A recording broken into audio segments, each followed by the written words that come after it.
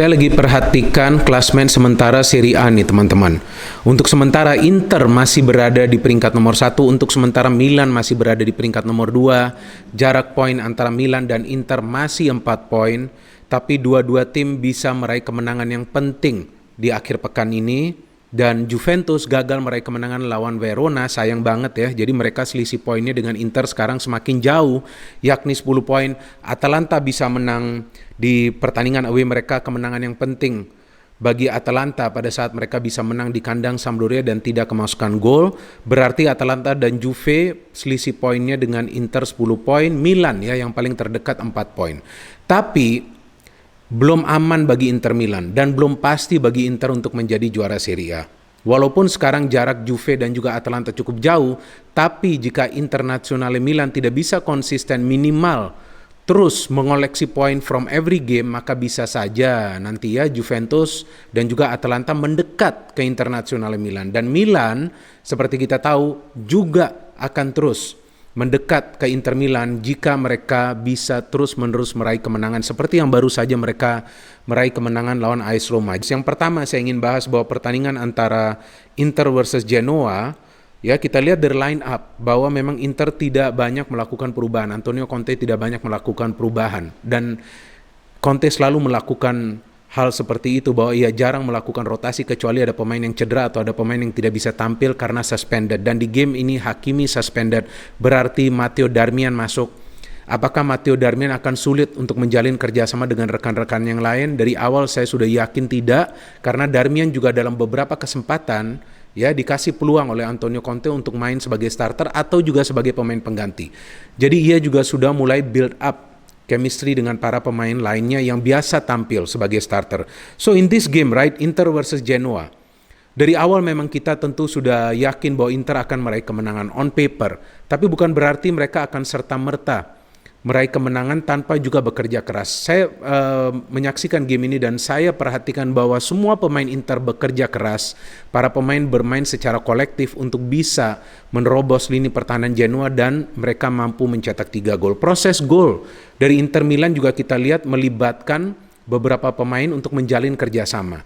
Contoh dari gol pertama kan kita lihat bagaimana Martinez yang memang biasa bermain sedikit ke belakang memberikan umpan ke Lukaku, dan Lukaku kita tahu punya power, punya speed, walaupun ia juga dikritik ya sebelumnya oleh Zlatan bahwa ia tidak punya teknik, tapi ia menunjukkan kelasnya sebagai pemain yang juga punya teknik saat ia juga bisa terus memproteksi bola, running with the ball, and then he can score the opener for Inter. Sangat penting bagi Internazionale Milan bahwa mereka mencetak gol lebih dulu di game ini dan mereka juga mencetak gol di menit pertama atau menit kedua.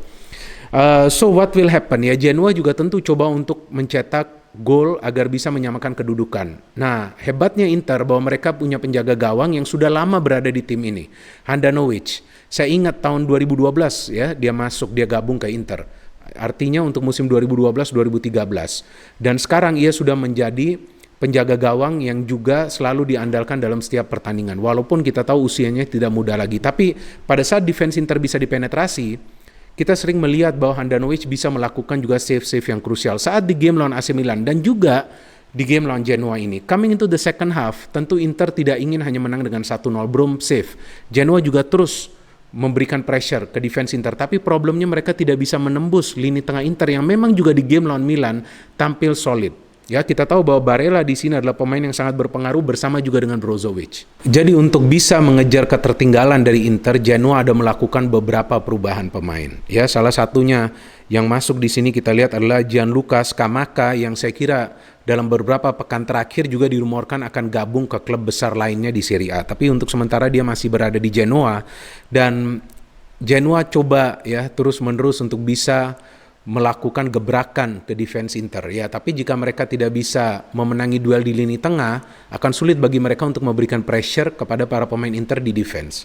Justru Inter bisa mencetak gol tambahan out of nothing, right? Perisic memberikan bola ke Lukaku melalui throw in, lemparan ke dalam. Lukaku kita lihat terlalu kuat ya, sulit untuk menghentikan gerakan dari Lukaku, sulit untuk juga bisa mengimbangi kecepatan dari Lukaku, dan ia bisa memberikan umpan ke Darmian yang berada dalam free position. Nah, inilah kelebihan para pemain Inter, bahwa pada saat satu pemain menguasai bola, maka pemain lainnya akan mencari ruang yang bebas, dan itu yang dilakukan oleh Darmian, sehingga akhirnya Darmian bisa mencetak gol tambahan bagi Inter Milan melalui finishing yang bagus ya. Kita tahu bahwa Hakimi adalah pemain yang biasa tampil sebagai wingback di sektor sebelah kanan, tapi Darmian juga tidak mengecewakan. Ia adalah mantan pemain Manchester United, dan saya kira kalau tidak salah tuh di sebelah kanan sudah ada Barella ya yang berlari ya di sebelah Darmian. Jadi artinya jika Darmian tidak bisa mendapatkan bola itu, maka bisa saja bola itu jatuh ke kaki Barella.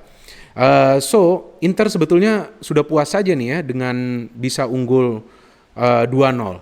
Tapi ya kita tahu bahwa Inter juga mengejar selisih gol ya. Mereka tentu ingin mengakhiri musim kompetisi ini dengan memiliki jumlah gol yang banyak dan juga selisih gol yang bagus. So for the third goal, kita lihat bagaimana peran dari Perisic yang juga bermain cemerlang lawan AC Milan, memberikan crossing, Lukaku shoot masih bisa di-save, kemudian ada scrimmage dan Alexis Sanchez bisa mencetak gol tambahan bagi Inter. Ya walaupun ada VAR check, tapi terlihat bahwa Alexis Sanchez berada dalam posisi onside. Apa yang bisa kita pelajarin dari pertandingan Inter, bahwa para pemain Inter from the first minute want to score as soon as possible. Mereka bisa mencetak gol lebih awal dan kemudian mereka bermain lebih tenang lagi untuk membangun serangan mereka. Seperti di game lawan AC Milan, mereka bisa mencetak early goal, kemudian ya sulit menghentikan Inter untuk mencetak gol-gol tambahan. Lukaku dan Martinez, the best duet menurut saya di Eropa saat ini. Sayang Inter tidak bermain di kompetisi antar klub Eropa, jadi mereka fokus 100% di Serie A. Musim lalu kedua striker ini secara total hanya di Serie A saja bisa mencetak 37 gol. Di musim ini yang masih berjalan, secara total kedua pemain ini sudah mencetak 31 gol di Serie A saja. Belum lagi assist-assist yang bisa mereka berikan. Kan Lukaku saja memberikan assist di game ini. Dan ini memang kemenangan yang mereka butuhkan agar terus menjaga jarak dengan AC Milan. Saya kira bahwa Antonio Conte tidak ingin mengambil resiko dalam game-game ke depan Inter Milan. Yang penting bagi Inter sekarang adalah mereka bisa terus mengoleksi poin. Ya paling tidak jangan kalah dalam game-game mereka agar koleksi poin mereka ini terus bertambah. Setelah Inter meraih kemenangan, kemudian saya nonton game antara AS Roma versus AC Milan dini hari ya. Tapi saya putuskan untuk nonton game tersebut dan saya menyaksikan pertandingan yang sangat seru teman-teman. Jual beli serangan dari kedua tim. Dan Roma memang adalah tim yang tampil perkasa di kandang sendiri. Sebelum mereka kalah lawan AC Milan, mereka belum kalah di kandang sendiri. Mereka bisa menahan Inter, bisa menahan Juve dengan skor yang identik, yakni 2-2. Kita tahu bahwa mereka punya Edin Dzeko yang banyak mencetak gol musim ini. Tapi sayang Edin Dzeko tidak bermain di game ini. Dan memang ada rumor ya bahwa Edin Dzeko ini juga dengan pelatihnya Fonseca hubungannya tidak harmonis antara pemain dan pelatih. Dan itu tentu akan mengganggu performa pemain tersebut di atas lapangan dan juga berpengaruh dalam kerjasama yang ia bangun dengan rekan-rekan yang lain. Tapi Roma menahan Milan di Milan.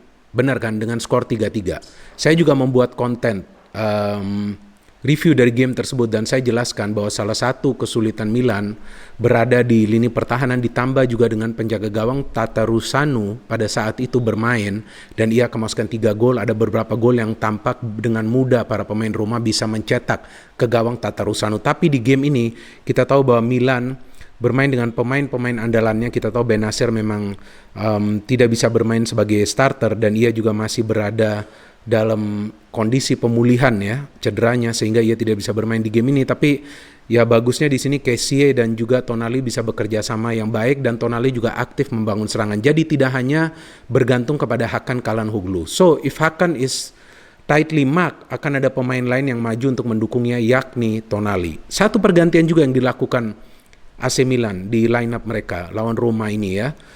Di game lawan Inter kita tahu bahwa Romagnoli yang main di defense bersama Kjaer, kali ini Tomori yang diberikan kesempatan. Saya kira ini pilihan yang bijak dari pelatih Pioli karena memang Romagnoli tidak bisa mengendalikan gebrakan atau kecepatan dari para pemain Inter di Milan derby tersebut. And Tomori had a very good game. Saya kira bahwa Tomori bisa saja mencetak gol di game ini kan. Ia mendapatkan peluang juga sekali untuk mencetak gol pada saat memang Theo Hernandez memberikan umpan kepadanya. Sebetulnya secara permainan Roma juga bermain terbuka, Roma juga banyak menciptakan peluang ke gawang Milan, tapi kita tahu Milan pada saat Donnarumma berada dalam top form sulit untuk menaklukkan Donnarumma. Memang AC Milan bisa mencetak gol lebih dulu dan kita lihat ya kan peran dari Tonali begitu baik. Sebelum mencetak gol melalui penalti, kita tahu Milan juga mendapatkan beberapa peluang mencetak gol. Ibrahimovic hampir mencetak gol kan? Kita lihat kesalahan Paul Lopez. Sayang tuh back heel-nya tidak bisa dikonversikan menjadi gol. Ya, ini salah satu kecerdasan dari Ibrahimovic ya, dalam posisi yang sulit, ia akan mencoba segalanya untuk mencetak gol. Tapi akhirnya ada foul yang dilakukan oleh Fazio ke Calabria. Jelas terlihat ia menginjak kaki dari Calabria sehingga Calabria terjatuh.